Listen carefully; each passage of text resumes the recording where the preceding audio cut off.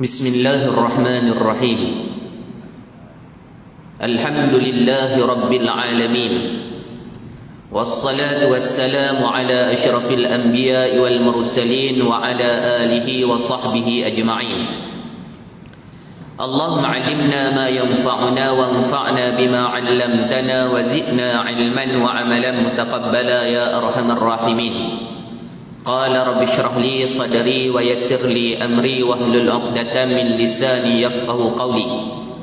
Wala haula wala quwwata illa billahil 'aliyyil 'azim. Assalamualaikum warahmatullahi taala wabarakatuh. Alhamdulillah, pertama dan selama-lamanya marilah kita merafakkan setinggi-tinggi syukur kehadrat Allah Subhanahu wa taala di atas segala kurniaan limpah yang Allah Ta'ala telah anugerahkan kepada kita. Muslimin dan juga muslimat yang dirahmati Allah Ta'ala sekalian, InsyaAllah tazkirah ataupun kuliah pada malam ini saya bawakan tajuk 3 wasiat baginda Nabi sallallahu alaihi wasallam. 3 wasiat baginda Nabi sallallahu alaihi wasallam. Muslimin dan juga muslimat yang dirahmati Allah Ta'ala, apabila kita sebut wasiat, orang yang meninggalkan wasiat untuk kita laksanakan itu sebagai contoh mak kita ataupun ayah kita, maka kita sedaya upaya berusaha untuk menyelesaikan, untuk melunaskan wasiat yang ditinggalkan oleh mak ataupun ayah kita. Apatah lagi ini ialah wasiat yang ditinggalkan oleh junjungan besar baginda Nabi sallallahu alaihi wasallam, yang mana kita sebut kita ini cintakan kepada baginda dan kita inginkan syafaat baginda Nabi sallallahu alaihi wasallam di yaumil mahsyar nanti. Lebih-lebih lagi kita perlu melaksanakan wasiat yang ditinggalkan oleh baginda Nabi sallallahu alaihi wasallam. Saya ambil tajuk ini berdasarkan daripada hadis Abi Hurairah yang saya nukilkan daripada kitab Hasyiah ala Mukhtasar Ibni Abi Jamrah lil Bukhari. Dalam kitab ini hadis ke-90 yang berbunyi, an Abi Hurairah radhiyallahu anhu qala, awsani khalili sallallahu alaihi wasallam bi thalathin, siyami thalathati ayyam min kulli shahrin wa rak'atay duha wa an utira qabla an anam. Hadis daripada Abi Hurairah radhiyallahu anhu katanya, telah berwasiatlah kepada aku kekasihku. Siapa? Baginda Nabi sallallahu alaihi wasallam dengan 3 perkara. Muslimin muslimat yang dirahmati Allah Ta'ala, adakah wasiat ini hanya tertentu kepada Abi Hurairah semata-mata ataupun kepada kita semua umat baginda Nabi sallallahu alaihi wasallam? Jadi hadis ini umum, wasiat ini umum, bukan sekadar kepada Abu Hurairah, bahkan kita semua umat baginda Nabi sallallahu alaihi wasallam.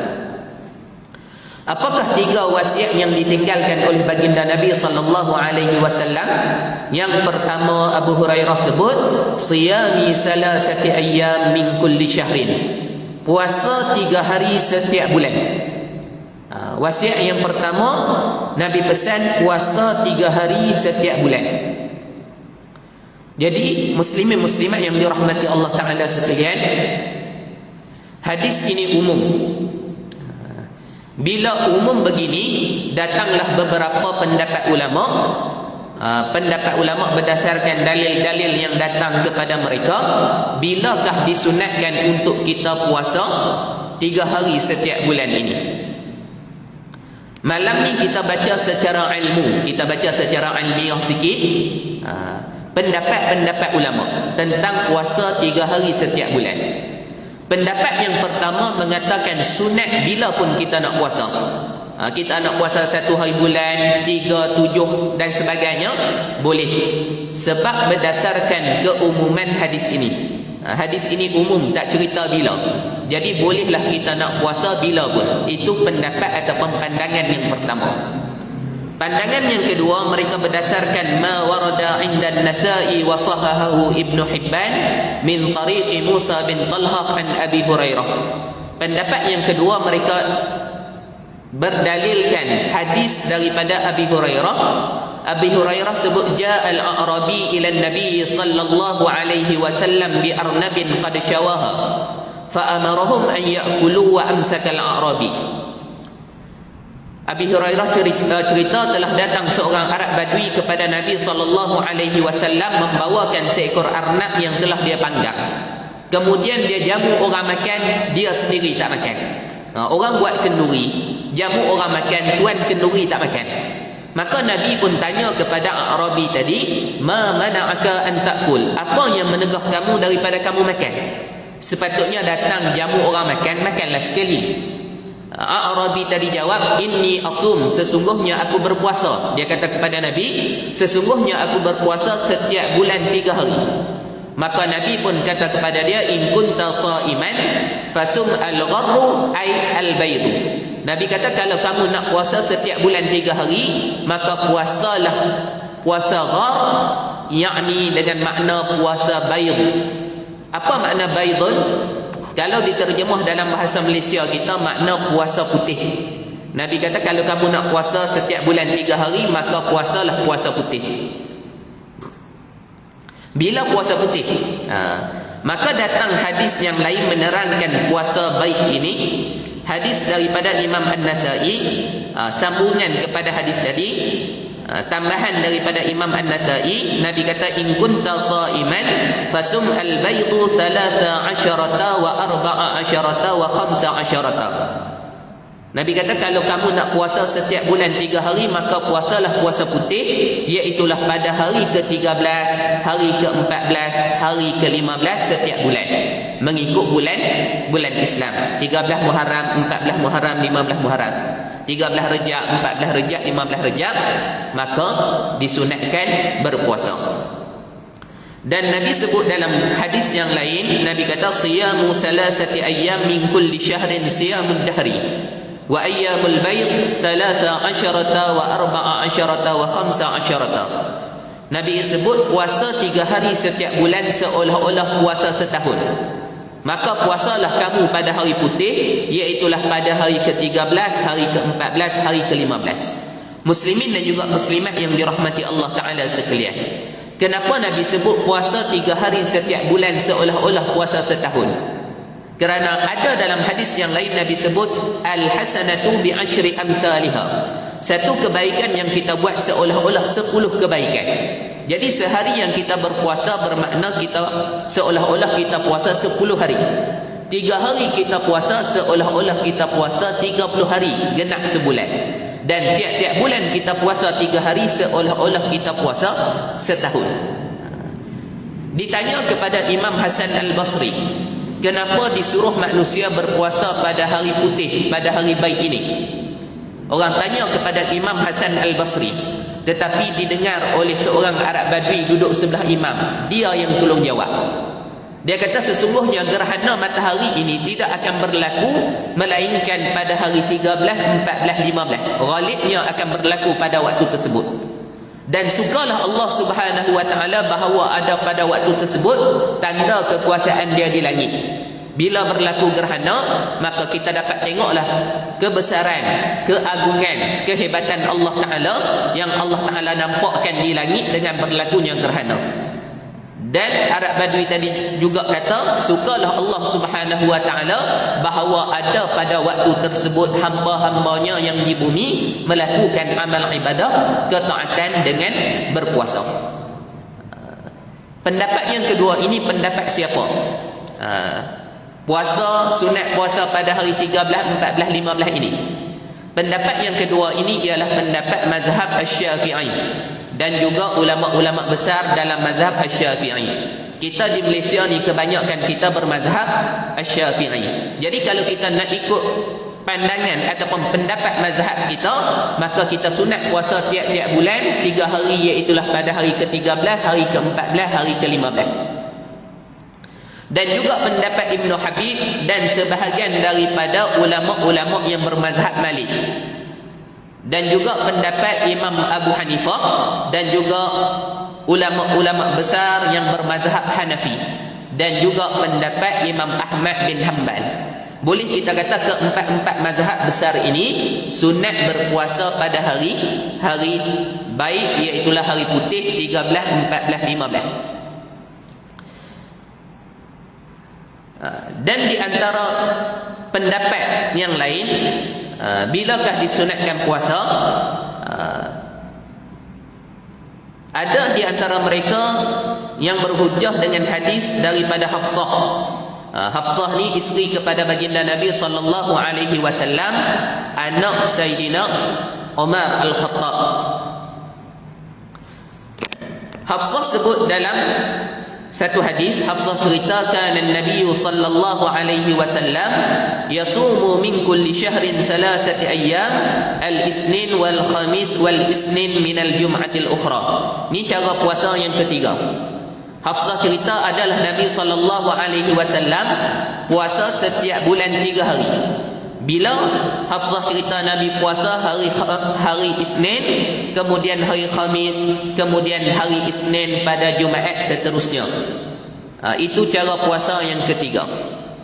Dan cara puasa yang keempat, mereka berdasarkan hadis yang diriwayatkan daripada Imam At-Tirmizi an Aisyah radhiyallahu anha, isteri baginda Nabi sallallahu alaihi wasallam juga, anak kepada Sayyidina Abu Bakar As-Siddiq. Aisyah sebut dalam hadis ini, Aisyah ceritakan Nabi sallallahu alaihi wasallam yasumu min asy-syahri as-sabt wal ahad wal isnin wa min asy-syahri al-akhar as-sulasa wa arbi'a wal khamis. Aisyah kata adalah Nabi sallallahu alaihi wasallam berpuasa setiap bulan Sabtu, Ahad, Isnin. Itu kalau bulan pertama Nabi puasa Sabtu, Ahad, Isnin. Pada bulan yang kedua Nabi akan berpuasa Selasa, Rabu, Khamis. Itu cara puasa yang keempat. Dan ada beberapa lagi cara puasa, iaitulah di antaranya puasa setiap awal bulan. Ini ialah pendapat Imam At-Tirmizi dan beberapa orang ulama. Berhujahlah mereka yang mengatakan sunat berpuasa pada setiap awal bulan ini. Apa hujah mereka? Mereka mengatakan seseorang itu dia tidak mengetahui apa yang akan berlaku kepada dirinya pada hari mendatang. Mungkin hari ke-13 ke-14 sakit ataupun ada masalah yang menyebabkan tidak mampu berpuasa pada hari tersebut. Lebih baik buat persediaan awal. Dan ada juga pendapat yang mengatakan sunat berpuasa pada setiap ujung bulan. Dan satu lagi pendapat mengatakan sunat berpuasa setiap 10 hari sehari. Kalau 1 hari bulan puasa, 11 hari bulan puasa, 21 hari bulan puasa. Jadi kalau kita nak ikut pendapat mazhab kita, iaitu pendapat mazhab Asy-Syafi'i, maka disunatkan untuk kita melaksanakan wasiat baginda Nabi sallallahu alaihi wasallam ini, iaitulah pada hari putih, hari ke-13, ke-14, ke-15 setiap bulan. Tetapi kalau kita tidak mampu untuk melaksanakan pada hari-hari tersebut sebab ada keuzuran dan sebagainya, maka bolehlah kita nak pakai pendapat yang mana pun. Cuma pendapat yang paling mudah, iaitulah kita pakai pandangan yang pertama, iaitu sunat berpuasa bila pun kita nak puasa. Pendapat yang pertama, dia kata sebab berdasarkan keumuman hadis tadi. Muslimin muslimat yang dirahmati Allah Subhanahu wa taala, jadi wasiat yang pertama baginda Nabi sallallahu alaihi wasallam iaitulah puasa 3 hari setiap bulan. Wasiat yang kedua yang disebutkan oleh Abu Hurairah iaitulah wa rak'atai duha, 2 rakaat salat sunat duha. Ini wasiat yang kedua. Sebolehnya marilah kita tiap-tiap hari kita melaksanakan wasiat ini. Bukan masa lama pun. Ambil masa 5 minit, 6 minit, habislah 2 rakaat salat sunat duha. Dan kelebihan salat sunat duha ni, kita semua makruf, kita semua tahu, iaitulah rezeki melimpah ruah. Kalau orang yang masuk kursus keusahawanan, perniagaan dan sebagainya, orang akan nasihat, kalau nak berjaya dalam perniagaan dan sebagainya, jangan tinggal 2 rakaat salat sunat duha. Cuma muslimi muslimat yang dirahmati Allah Ta'ala sekalian, rezeki ini luas. Jangan kita faham semata-mata harta. Bagi orang yang menuntut ilmu, kita kata pelajar yang duduk di pondok, yang duduk di Al-Azhar, yang duduk di tahfiz, mereka rajin melaksanakan solat sunat duha, nak kaya waktu mana? Cuma rezeki bagi mereka, mungkin Allah Ta'ala penuhkan dada-dada mereka dengan ilmu. Bila mereka rajin melaksanakan solat sunat duha, dan ilmu tersebut bermanfaat dan boleh disampaikan kepada masyarakat, itu juga merupakan rezeki. Dan bagaimana pula rezeki bagi orang yang berumur yang rajin melaksanakan solat sunat duha ini? Mungkin di antaranya Allah Ta'ala panjangkan umur mereka di atas muka dunia Allah Ta'ala. Allah Ta'ala tambahkan rasa takut, rasa sering mengingati mati, bertambah amal ibadah, zikrullah dan sebagainya. Itu juga merupakan rezeki.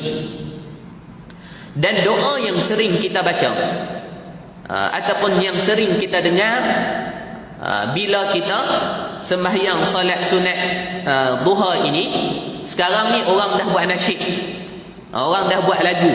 Cuma saya ni tak pandailah nak bernasyid, tak pandai nak berlagu. Sebab apa? Suara saya ni suara itik nila. Suara itik nila bukan sedap. Jadi di antara doa dia, Allahumma in kana ad-duha adhauka wa bahauka wa jamaluka wal quwwata quwwatuka wal qudrata qudratuka wal ismata ismatuka. Allahumma in kana rizqi fis sama', wahai Allah, jikalau adalah rezeki aku masih tertahan di langit ya Allah, fa anzilhu, maka kamu turunkanlah ya Allah. Wa in kana fil ardi, kalau adalah rezeki aku masih tertanam di dalam bumi ya Allah, fa akhrijhu, maka kamu keluarkanlah ya Allah. Wa in kana ba'idan, kalau adalah rezeki aku masih jauh ya Allah, fa qarribhu, maka kamu dekatkanlah ya Allah. Wa in kana mu'assiran, kalau adalah rezeki aku ini payah, ada halangan nak sampai ya Allah, fayassirhu, maka kamu permudahkanlah ya Allah. Wa in kana haraman, kalau adalah rezeki aku ini haram ya Allah, fatahhirhu, maka kamu bersihkan, kamu sucikan ya Allah. Bihaqqi duhaika wa bahaika wa jamalika wa quwwatika wa qudratika, hadhihi ma ataita min ibadika as-salihin. Ini di antara doa salat sunat duha. Dan apa yang pasti, seseorang yang melaksanakan salat sunat duha akan dapat sewaktu dia masih lagi hidup. Bila dia melaksanakan solat sunat duha, apa yang pasti akan dia dapat sebelum dia mati? Atas muka dunia dia dapat. Benda yang pasti ni dua je. Satu Al-Quran, satu lagi hadis baginda Nabi sallallahu alaihi wasallam. Sebab Nabi ni tak cakap ikut hawa nafsu, wa ma yantiqu 'anil hawa. Nabi tak cakap ikut hawa nafsu, in huwa illa wahyun yuha. Apa yang keluar daripada mulut Nabi ialah wahyu daripada Allah Ta'ala. Kalau ustaz cerita kelebihan dan sebagainya daripada ustaz, maka tak boleh nak percaya sangat lagi. Tapi ni benda yang pasti. Seseorang yang melaksanakan solat sunat duha ni pasti akan dapat sewaktu dia masih lagi hidup. Jadi saya ambil daripada hadis baginda Nabi sallallahu alaihi wasallam. Hadis sahih, hadis yang berbunyi An-Nu'aim bin Hammar qala sami'tu an-nabiy sallallahu alaihi wasallam yaqul Allah azza wa jalla ya bani adam la ta'jizni min 4 raka'at fi awwal naharika akfika ajra. Daripada Nu'aim bin Hammar, katanya aku telah mendengar Nabi sallallahu alaihi wasallam bersabda, Allah Ta'ala berfirman, ni hadis qudusi. Allah Ta'ala berfirman, wahai anak Adam, janganlah lalai daripada mengerjakan 4 rakaat untukku pada awal pagimu, yakni dengan makna solat sunat duha. Maka aku akan mencukupkan urusanmu sehingga ke hujung hari. Dengan makna apabila seseorang itu melaksanakan solat sunat duha, maka urusannya akan diuruskan, dikawal oleh Allah Subhanahu wa Ta'ala pada hari tersebut. Maka apabila urusan kita dikawal, diuruskan oleh Allah Ta'ala, maka urusan kita pada hari tersebut ialah urusan yang terbaik. Ini apa yang pasti akan kita dapat sewaktu kita masih lagi hidup di atas muka dunia Allah Subhanahu wa Ta'ala. Jadi kita sebut tadi, hadis tadi sebut, janganlah lalai daripada mengerjakan 4 rakaat untukku pada awal pagimu. Jadi sebab apa sebut 4? Solat sunat duha ni boleh buat 2, boleh buat 4. boleh buat 6, boleh buat 8, dan ada riwayat kata sampai 12. Dan apakah yang pasti akan kita dapat ganjaran di hari akhirat kelak? Berdasarkan hadis baginda Nabi sallallahu alaihi wasallam. Hadis daripada Anas bin Malik. Nabi sallallahu alaihi wasallam bersabda, "Man shalla duha sintai asyarata rak'atan, banallahu lahu qasran min zahabin fil jannah."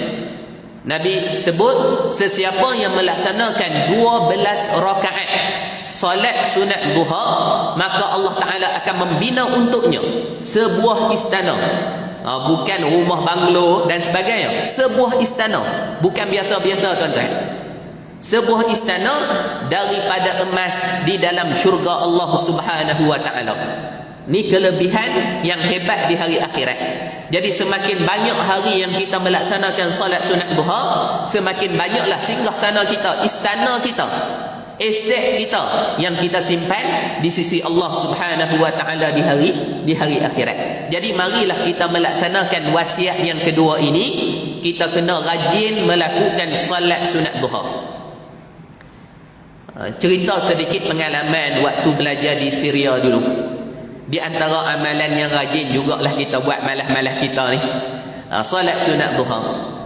Jadi di antara pengalaman waktu duduk di Syria, waktu sampai tu kok dah nak balik sebab dia dah habis degree, kita baru sampai. Jadi pagi-pagi kita sempat duduk dengan dia 2-3 bulan sebelum dia balik ke Malaysia.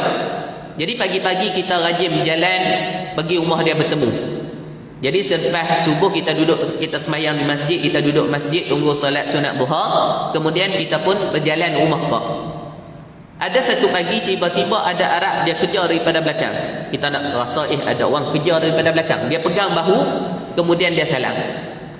Dia ada bagi benda apa wallahu alam, kita masuk dalam bukit. Kita pergi rumah kok, kita kata tadi ada Arab, dia pegang, dia kejar, dia pegang belakang, dia ada bagi benda. Kita pun bawa keluar.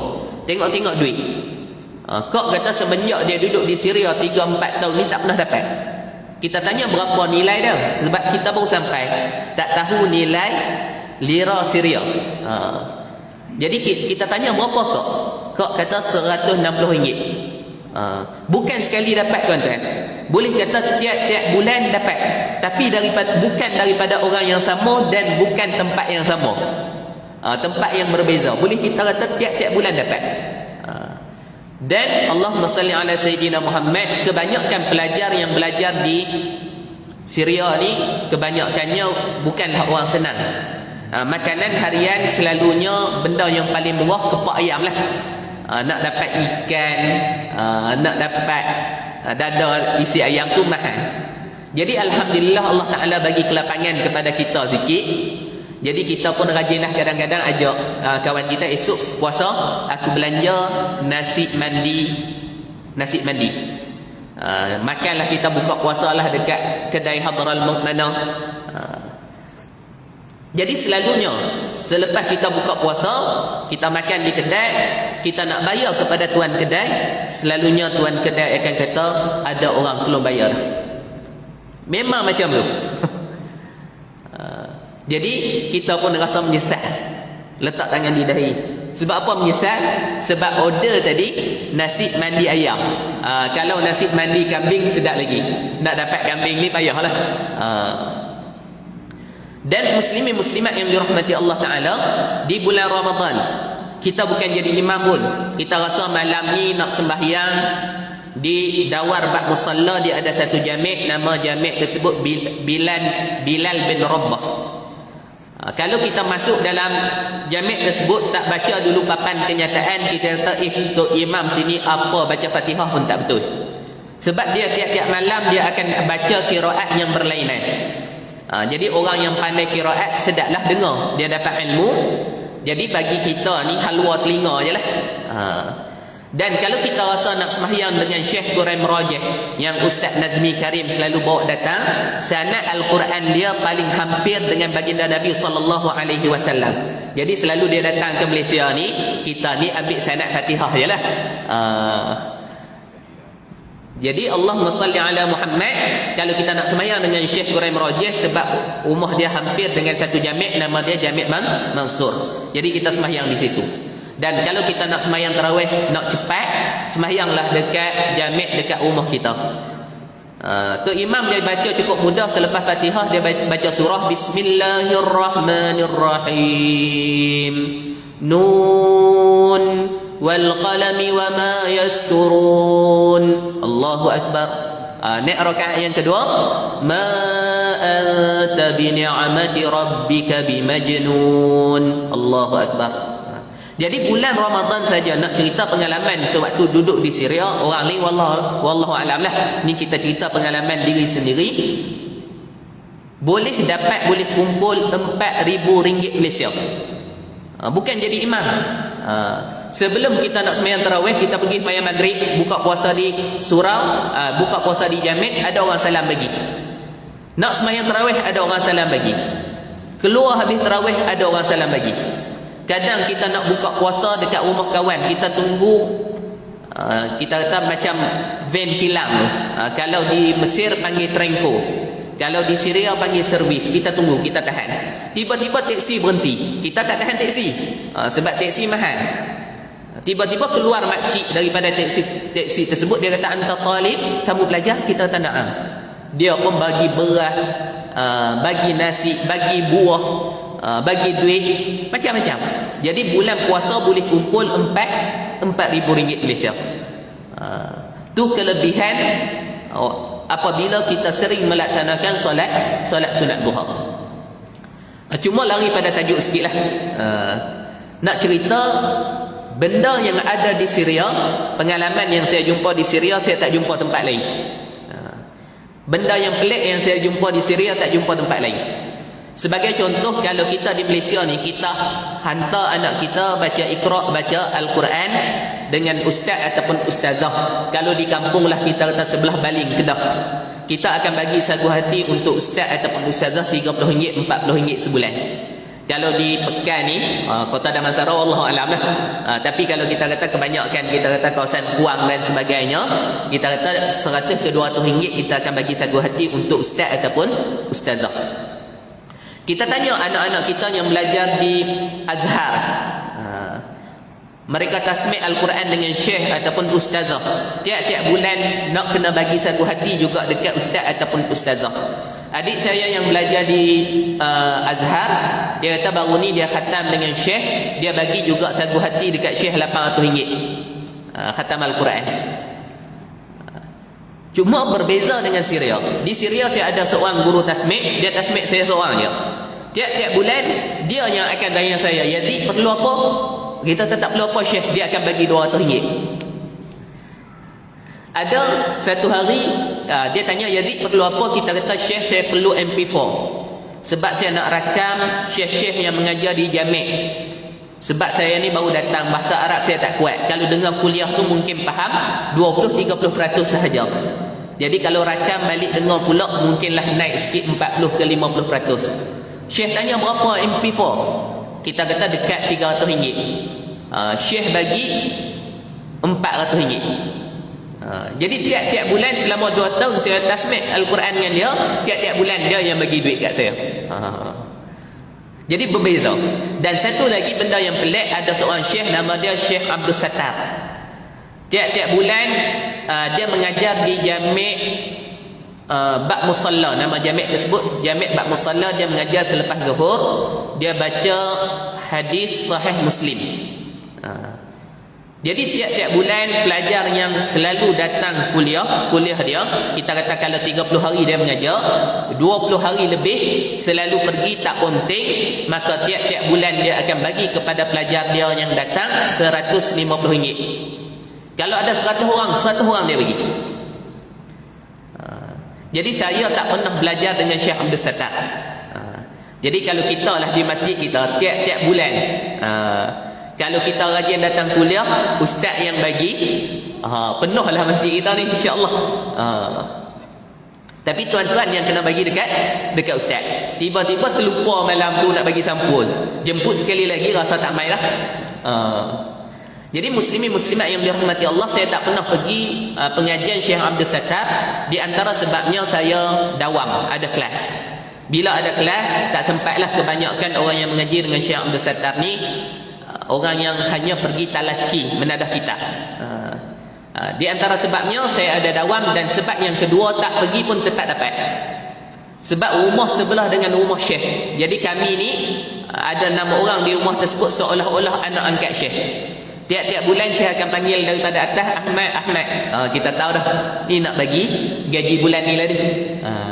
Tu kelebihan yang ada di Syria yang saya tak jumpa tempat lain. Orang sana cukup pemurah lah. Kita kata kalau penduduk asal Syria, di Medan kebanyakan penduduk asal Syria ni di Medan. Selain daripada tu kebanyakannya daripada pelarian Palestin dan negara-negara lain. Jadi kalau nak tahu hati budi penduduk Syria yang asal, kawasan dia nama Medan. Tu sedikit cerita tentang Syria lah, wallahu a'lam. Kemudian kita masuk wasiat yang kedua baginda Nabi SAW, iaitulah 2 rakaat solat sunat witir, solat sunat duha. Dan yang ketiganya wasiat baginda Nabi SAW, Abu Hurairah sebut, wa an utira qabla an anam, bahawa diwitirkan sebelum aku tidur. Nabi pesan kepada Abu Hurairah dan kita semua umat dia, wasiat yang ketiga, witir sebelum kita tidur. Ustaz, orang tanya, Ustaz, bukan witir ni elok kita buat ujung malam? Kita semayang tahajud dulu, kita semayang taubat dulu, kita semayang hajat dulu, kita tak rasa nak semayang dah, maka barulah kita semayang witir. Sebab Nabi SAW sebut dalam hadis, ij'alu akhir salatikum minal laili witran. Nabi kata, jadikanlah sembahyang akhir sembahyang malam kamu sembahyang witir. Okey, bagi orang yang sibuk, dia sibuk dengan kerja, nak balik dengan jam dan sebagainya, sampai di rumah dekat dengan maghrib, dia mandi-mandi, kemudian datang masjid sembahyang maghrib, dengar kuliah, habis kuliah sembahyang isyak, balik. Kalau tidur selepas isyak tu, jaga tak jaga subuh esok. Bagi orang yang macam tu, elok witir dia sebelum dia tidur. Tapi bagi orang yang dah berumur, orang dah pencil, dia pagi lepas habis sembahyang subuh, dia baca Al-Quran, rehat sembahyang syuruk, kemudian tunggu nak sembahyang duha, pukul 10, pukul 11 rasa nak lena, jaga tak jaga dekat zuhur. Kemudian lepas zuhur tu baca sikit, makan dan sebagainya, pukul 3, pukul 4 tu rasa nak lena pula. Orang yang macam ni selalunya pukul 3, pukul 4 pagi dia akan jaga. Nak tahu mana? Tengok ayah sendirilah, pengalaman ayah sendiri. Dia banyak pagi, dia banyak tidur. Jadi malam selalu jaga awal. Pukul 3, pukul 4 dia jaga. Jadi orang yang macam ni elok witir dia di ujung malam. Cuma malam ni nak bagi 2 soalan fiqh. 2 soalan fiqh berkenaan solat sunat witir. Selalunya masalah ni berlaku di bulan Ramadan. Di bulan Ramadan kalau kita baca fiqh Syafi'i, kita sembahyang solat sunat witir ini berjemaah dengan imam setelah solat sunat tarawih. Kalau di bulan Ramadan, bulan lain kita buat seorang-seorang lah. Bulan Ramadan sunat kita berjemaah dengan imam setelah solat tarawih. Cuma soalan dia, pagi masjid ada buat program qiyamul lail, ada sembahyang solat sunat tasbih, hajat dan sebagainya. Perlu ataupun tidak apabila kita selesai sembahyang tadi, perlu ataupun tidak kita ulang semula solat sunat witir? Sunat ataupun tidak lagi? Boleh ataupun tidak? Itu soalan yang pertama. Boleh ataupun tidak, sunat ataupun tidak lagi diulang solat sunat witir? Jawapan dia, tidak disunatkan lagi. Bahkan dalam kitab fiqh Syafi'i dia sebut bala ya sah, bahkan tak sah. Kalau buat tu tak dapat pahala. Kalau tak sah ni, bukan kita kata kalau dia jadi pahala sunat, solat sunat mutlak boleh gagah juga dapat pahala. Ni tak sah. Bila tak sah tak dapat apa-apa pahala, yang hanya dapat letih. Sebab tu nak buat amal ibadah pun kena ada ilmu. Jangan semata-mata ikut orang. Sebab apa buat?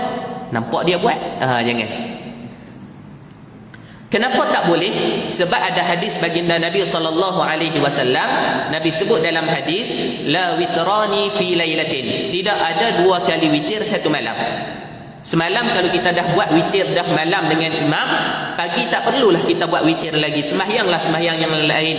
Nak sembahyang tasbih, nak sembahyang taubat, nak sembahyang tahajud, maka tak perlu diulang witir. Kalau kita dah buat 3 dah dengan tok imam selepas sembahyang tarawih. Kalau ulang juga tak boleh apa-apa. Itu soalan yang pertama. Kita kena jaga, takut kita buat amal ibadah ni tak dapat apa, dapat letih. Kita duk ingat boleh pahala. Itu pentingnya ilmu. Dan soalan yang kedua, kita Allahumma salli ala Muhammad, kita jaga lewat dekat nak subuh.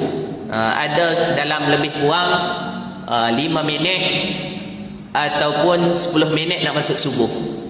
Jadi kita jaga lewat. Kalau kita sembahyang tahajud, kita tak sempat nak solat sunat witir. Kalau kita solat sunat witir, maka kita tak sempat nak tahajud. Jadi mana sembahyang yang lebih pahalanya banyak? Mana sembahyang yang pahala dia banyak? Nak buat tahajud ataupun nak buat witir? Sedangkan tahajud pun kelebihan dia banyak. Allah Ta'ala sebut dalam Al-Quran kelebihan tahajud ini, wa minal laili fatahajjad bihi nafidatan lak. Dan daripada sebahagian malam, bangunlah untuk bertahajud sebagai amalan tambahan untuk kamu wahai Muhammad. Asa an yab'asaka rabbuka maqaman mahmuda. Mudah-mudahan Allah Ta'ala akan mengangkat kamu kepada kedudukan yang tinggi, yang terpuji.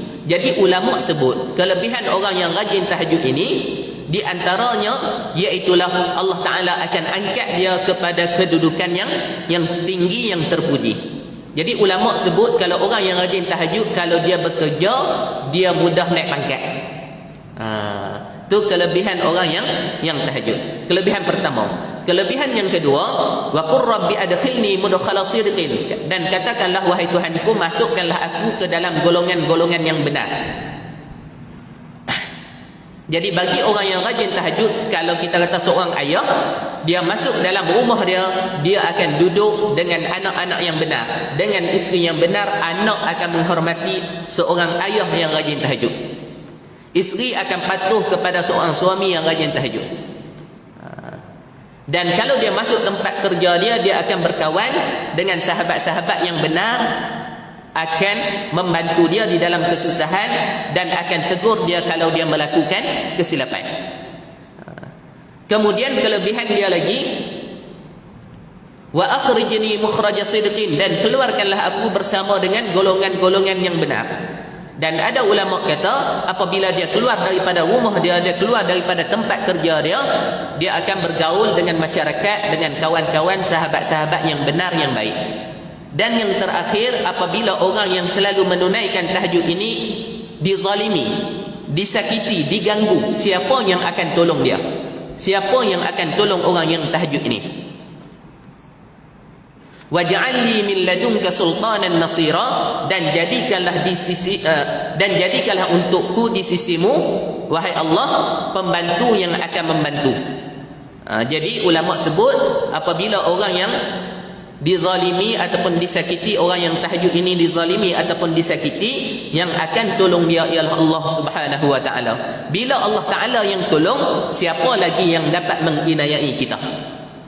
Ni 4 kelebihan orang yang tahajud. Cuma soalan malam ni, mana solat yang lebih baik untuk kita buat? Kita jaga lewat dekat nak subuh.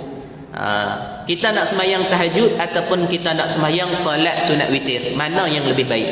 Ataupun kita memang letih malam tersebut, kita hanya mampu untuk buat, kalau aku buat tahajud aku tak buat dah witir, kalau aku buat witir aku tak buat dah tahajud. Jadi nak buat yang mana? Jawapan dia, pilihlah solat sunat witir. Kenapa? Kerana ulama sebut bila kita dah tidur, kemudian kita jaga tengah malam, kita buat solat sunat witir, maka itulah tahajud dan itulah witir. Dapat pahala tahajud sekali. Macam kita ambil wuduk, kemudian kita masuk dalam masjid, kita sembahyang sunat tahiyatul masjid, menghormati masjid, maka kita dapat ataupun tidak pahala solat sunat wuduk, kita dapat sekali. Sebab itu orang sebut bila kita belajar ni, kita menuntut ilmu ni, tak payah buat amal ibadah. Bukan dengan makna tak payah buat amal ibadah tu tak kena buat. Kita buat sedikit, pahala dia banyak. Sebab tu Allah Ta'ala sebut dalam Al-Quran, hal yastawil lazina ya'lamuna wal lazina la ya'lamun. Adakah sama orang yang tahu dan orang yang tak tahu? Sama ke? Tak sama. Jadi kita tahu, maka pahala kita lebih di sisi Allah Subhanahu wa Ta'ala. Macam orang yang berniaga, orang pandai berniaga dengan orang tak pandai, sama ke? Tak sama. Jadi orang yang pandai dalam bab amal ibadah dengan orang yang tak pandai juga tak sama. Jadi pahala dia lebih banyak kepada orang yang berilmu. Jadi muslimin muslimat yang dirahmati Allah Ta'ala, kalau kita sihat, kita tidur lepas isyak tu, kita jaga memang pukul 3, pukul 4 kita nak bangun sembahyang, maka seeloknya kita sembahyanglah tahajud dulu, kemudian kita sembahyanglah sunat-sunat yang lain, akhir barulah kita buat witir. Cuma ni kalau kita tak larat malam tersebut, jadi pilihlah witir sahaja, maka itu lebih besar ganjarannya di sisi Allah Ta'ala. Dan saya buat soalan lagi, sebab kalau saya tak buat soalan, tuan-tuan tanya. Jadi saya tanya sendiri. Orang akan tanya, dia kata, ustaz, witir boleh ataupun tidak buat satu rakaat? Orang akan tanya. Jadi kita tanya siap-siap. Witir satu rakaat, ulama berselisih pendapat. Ada yang kata satu pun dikira witir, dan ada ulama yang kata satu tak dikira witir. Siapa dia buat satu tak boleh pahala. Sekurang witir di 3. Maka kita nak selamat, kita buat 3. Sebab satu ada khilaf ulama, ada yang kata tak dikira, ada yang kata kira. 3, semua ulama kata solat sunat witir. Jadi seeloknya kita buat 3. Dan yang paling afdal kita buat 2 salam lah. Buat 2 kemudian buat 1. Buat 3 terus pun tak ada masalah. Cuma yang afdalnya, yang lebih eloknya buat 2 1. Jadi muslimin muslimat yang dirahmati Allah Subhanahu wa Ta'ala, inilah 3 wasiat yang ditinggalkan oleh baginda Nabi sallallahu alaihi wasallam. Saya merasakan wasiat yang kedua dan ketiga kita semua mampu buat. Sebab masa tak lama, mungkin kita kata 6 minit 7 minit habislah. Tapi wasiat yang pertama ni lah yang saya rasa susah untuk diri saya, dan juga untuk tuan-tuan, iaitulah puasa 3 hari setiap bulan. Jadi kita, kalau kita tak boleh nak buat tiap-tiap bulan, kita nak puasa 3 hari, sekurang-kurangnya sebelum kita mati, pernah 2-3 bulan kita melaksanakan puasa 3 hari, insya-Allah. Mudah-mudahan apabila kita bertemu dengan baginda Nabi sallallahu alaihi wasallam, bila Nabi tanya pernah ataupun tidak melaksanakan wasiat, maka sekurang-kurangnya kita jawab pernah, wahai baginda Nabi sallallahu alaihi wasallam. Orang tanya, ada satu soalan lagi lepas azan. Sebab nanti orang akan tanya, boleh ataupun tidak ustaz puasa Isnin Khamis tu kami niat nak puasa 3 hari setiap bulan.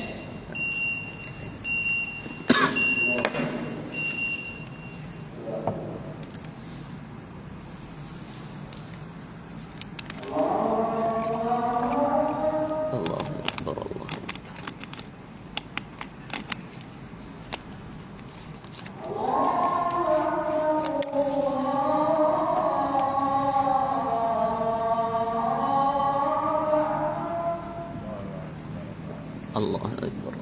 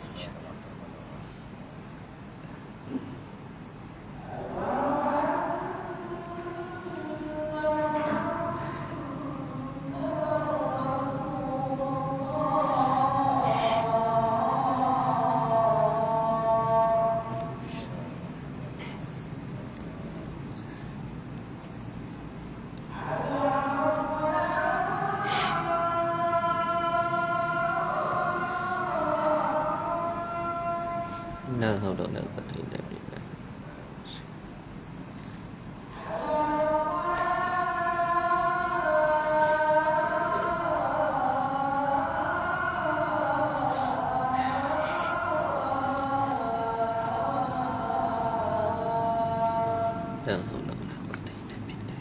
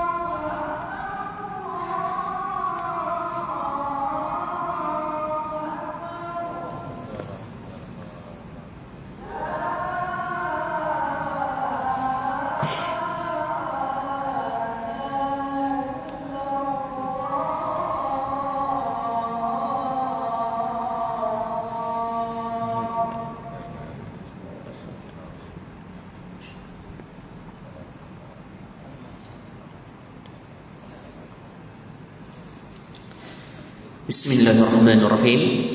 Mungkin ambil masa dalam 5 minit ke 6 minit. Jadi soalan yang akan ditanya, Ustaz, boleh ataupun tidak saya puasa? Saya memang selalu puasa Isnin Khamis. Kemudian saya nak niatkan puasa yang mana diwasiatkan oleh baginda Nabi sallallahu alaihi wasallam, iaitu Nabi suruh puasa 3 hari setiap bulan. Boleh ataupun tidak? Boleh. Jadi bila kita banyak niat, maka semakin banyak pahala kita. Jadi sebab tu bila kita belajar, maka semakin banyak ilmu dan semakin banyak faedah ataupun ganjaran yang akan kita dapat di sisi Allah Subhanahu wa taala. Jadi sekadar itu untuk tazkirah pada malam ini. Sedikit ta'aruf, nama Ahmad Yazid bin Muhammad Zainan, tenaga pengajar di Madrasah Nurul Hidayah, Kampung Tembak, Kuala Ketil, Baling, Kedah. Pondok Syahid Ustaz Muhammad Lutfi bin Arifin.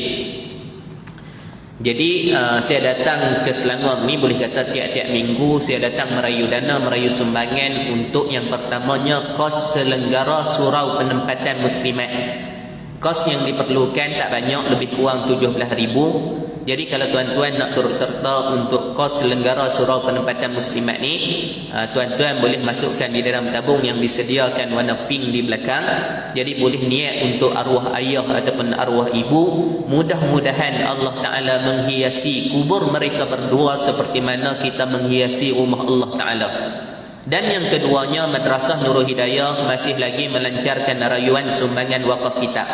Kami bercita-cita nak buat maktabah ataupun perpustakaan kitab-kitab Arab yang paling besar di negeri Kedah. Di antara manfaatnya, kita tahu di negeri Kedah ada tempat pengajian Islam yang popular, iaitu Insaniah. Kalau dulunya di Al-Ustaz, sekarang dah berpindah ke Kuala Ketil, ubah nama jadi Unisyam.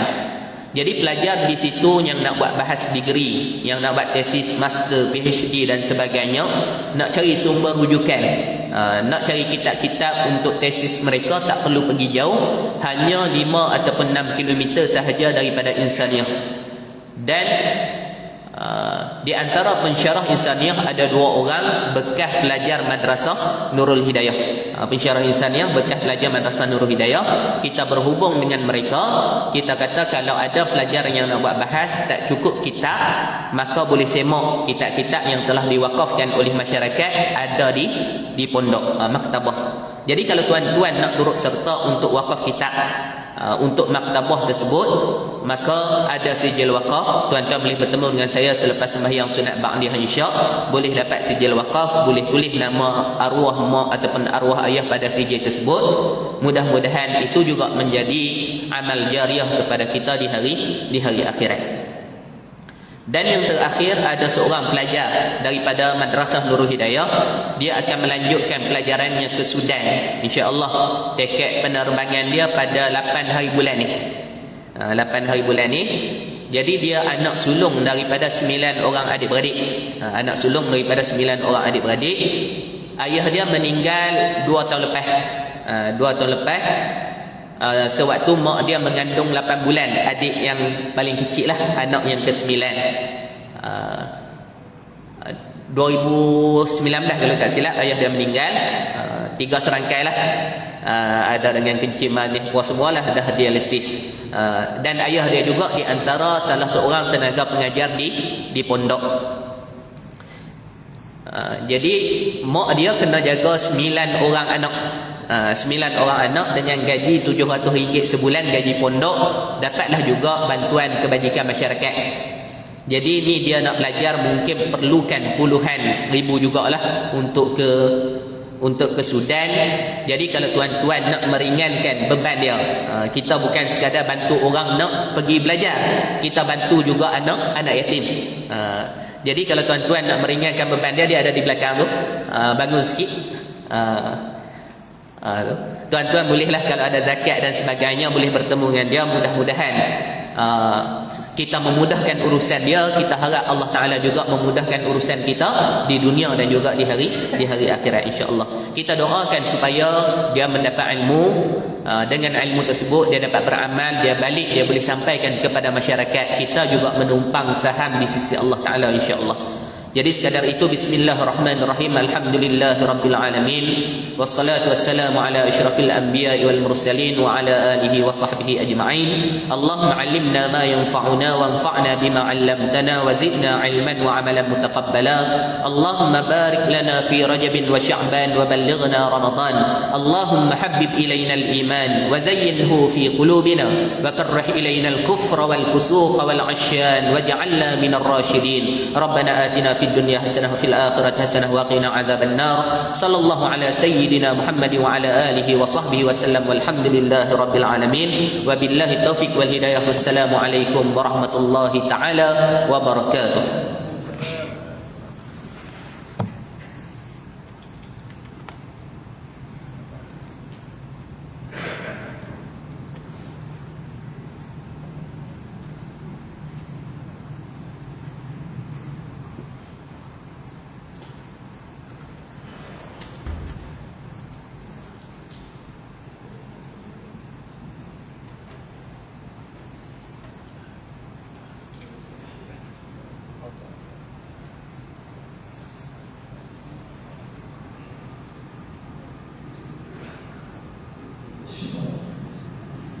Allah